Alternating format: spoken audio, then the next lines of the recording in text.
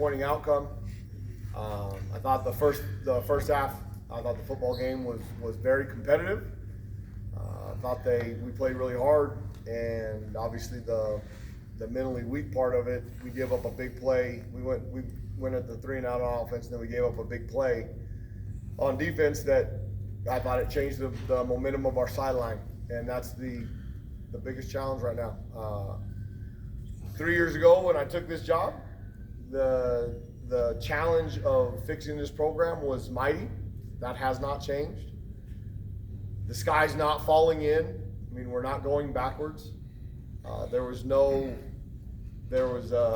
were competitive in the last 4 games up until tonight, and had we won the UNLV or the Wyoming and made enough plays to have a victory in one of those, the outcomes, obviously the mental aspect of it is better, and that did not happen.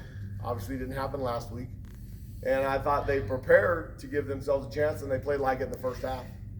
But you got to be realistic. We started 4 true freshmen. We started a quarterback that's been here since late July that is going to be a really, really good player, and did some good things tonight. Obviously missed some reads, but he's got an opportunity to be a really good player over the next 2 years. We're still building this, and people can say their excuses. They can say whatever they want. We've got some really good young football players. And here's going to be the biggest challenge: is getting them to stay here with the day of the transfer portal and all those things. Some of them will have other opportunities. I think we have a really strong core of young kids, and we're going to continue. And then obviously you've got to replace the ones you lose in recruiting to give yourself a chance. But we've still got a lot of right things going in the right direction, and it's why I took this job. It's why I'm here, and the direction we're headed. So go ahead, ask any questions you want. Go ahead, Ben. The first field goal, instead of getting a touchdown, that was the second. Both of them, I thought both of them were rough. The first one, we had a 3rd and 1. We called an option play, and they made a tackle in the backfield. We pitched it to Sherrod, and they made a tackle in the backfield. Probably should have handed that ball. The second one, Justin had a chance to get in. They knocked him out at the 3-yard line, and then we called a zone read, and the end man pinch, which he's supposed to pull the ball. They did a nice job scraping over the top. Jaden might have been able to get in there, so we could have. I mean, they made a good play. We go backwards. That hurt the momentum significantly because we got the ball. I mean, we did a really nice job on the first kickoff return drive to get the first touchdown, and then Luke did a great job with our defense out there. Those guys did a great job blocking to set up good field position, and then we moved the ball right down the field to the 3-yard line. And then we went backward and had to settle for the field goal and made it 10-6. And then we gave up the drive to get him into field goal position. Tried to ice him a little bit to make it 13-6, but that's still a 1-possession ball game. It was exactly what I thought the ball game was going to be. Could you just talk about AJ? I mean, he doesn't play like a freshman. No, AJ Halsey had 22 tackles. Obviously, there's a catch-22 to that. He's making 22 tackles. That means our D-line's getting knocked off the ball, and he's making tackles for 5- and 6-yard gains instead of our typical 2- and 3-yard gains. Now, he did have some at the line of scrimmage for 2- and 3-yard gains. He made a couple plays, nice plays in coverage, had a really nice return on his interception, which we had to settle for another field goal. But AJ Halsey, Bryson Taylor, Zach Morris, Jermarius Lewis, those 4 guys in, 22, 23, 24, and 2025, we're going to have, like we had when we had DeAndre Wright and Glover Quinn, we're going to have a potential of 4 or 5 guys that are going to play in the NFL in that secondary. And they're getting a lot of live reps right now. They're not big enough. They're not strong enough. The game is a little bit faster than what they are, but they're getting better in front of your eyes. It's just we give up big plays because of it. And AJ Halsey, now he might be big enough. He's 220 pounds. Why he was able to have 22 tackles. But those guys playing 12 games. We got 4 left. They get beat up. And we'll have a chance if the biggest challenge right now is going to be the mental aspect of this, because when you lose 4 games, it's hard to keep putting everything you have into it. And they are putting everything they have into it. And then we get an outcome like this. It makes it hard to continue down that path. But the mantra of our program is effort, attitude, and want to. Nobody can take that from you unless you let them. So. Danny, what went into the decision to start Justin, and how would you evaluate him? Obviously, we're going to have to watch the tape to get a true evaluation. There were some during the game stuff that I saw live that he made misreads on, but that's going to happen in the first game.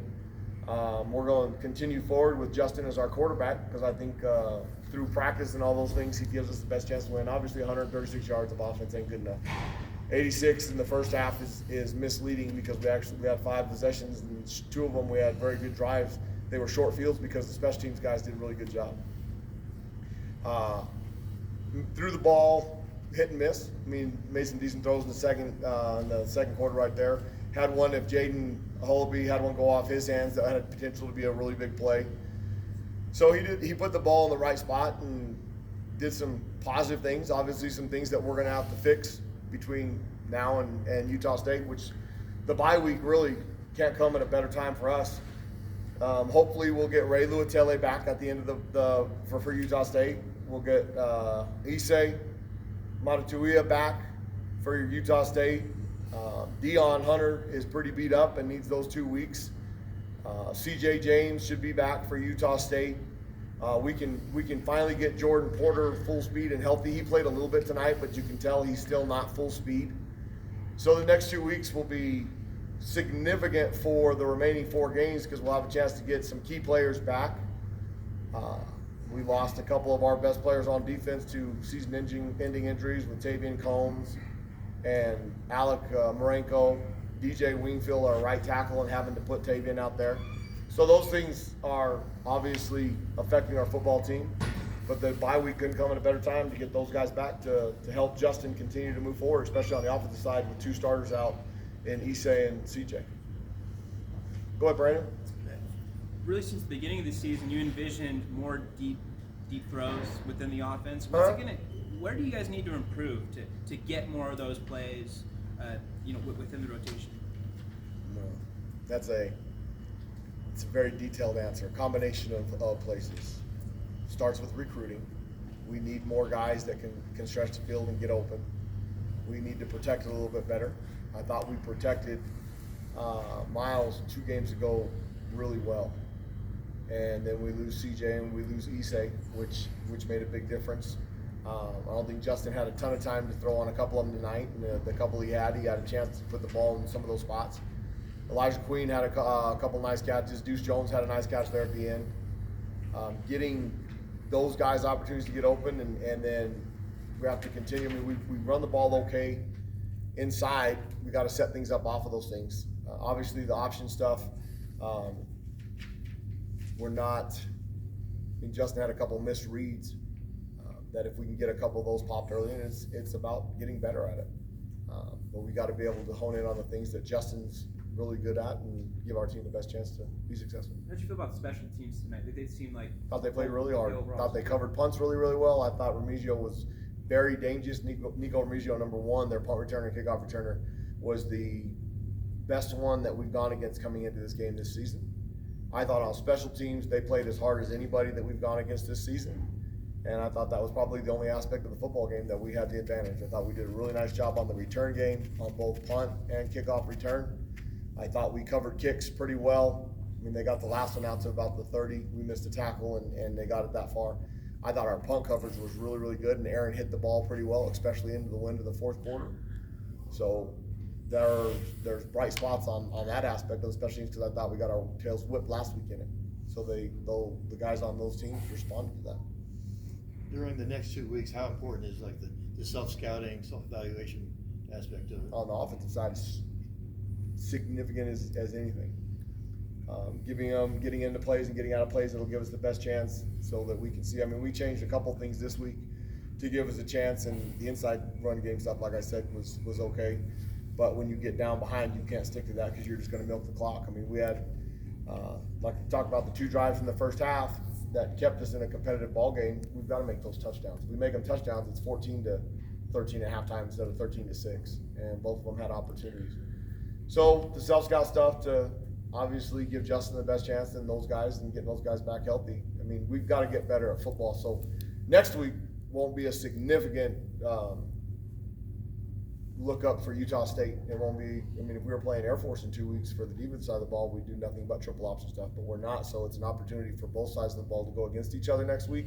Very similar to a fall camp practice, so that we can get good guys on good guys. Now, the Deion Hunters of the world probably won't practice very much next week because he's really beat up and he's one of our better players on game day. But the AJ Halsey's and Bryson Taylor's and Zach Morris's and Jamarius Lewis's, they're going to get every rep they can get because they're true freshmen that need to continue to get better. As a follow-up to that, over the next 2 weeks, is it going to be an emphasis to try to figure out why you guys seem to struggle in the third quarter? Well, that started way back against Boise. Yeah. Obviously, I mean, we came in, we tried to do something different at halftime this week. Obviously, it didn't work because we gave up the big play. And I mean, we talked about things because in 1999 we had a very similar third quarter struggle, and we did so much stuff. Was trying to have video tests at halftime, and we talked about some of those things.